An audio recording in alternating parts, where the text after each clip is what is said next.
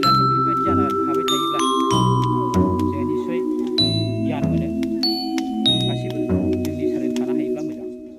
थारमाने अगियान माने असंस्कार जायोबा मा जायो अगियान जायो दा ओंखायनो मानि थाखाय आनान गसाइया मोनसे सोलोंसा बा फरायसालि बानायदों बेनि गेजेराव बयखौबो गियान होनो थाखाय मोनसे फरायसालि जानानै मोनसे नियमनि गेजेरजों मानसि बयनो खांनो थाखाय बेबायदि सरस्वती फोरबो जाबाय बेनिखायनो जोङो बे दिनैनि फोरबो फुजाखौ बयबो मुलुगनाङैनो हिन्दुफ्रा होयो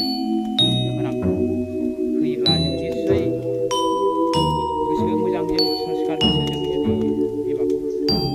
नाजाथारोब्ला जों बिमाया गियान होयो बिद्दा होयो सिगाङाव खननाय जों बिमाखौ अनसायोब्ला बा बिमानि गोहो मोननो लुबैयोबा जों मोनथारो निस्सय मोनो बेनिखायनो जों दानिफ्रायनो उन्दैफोरखौ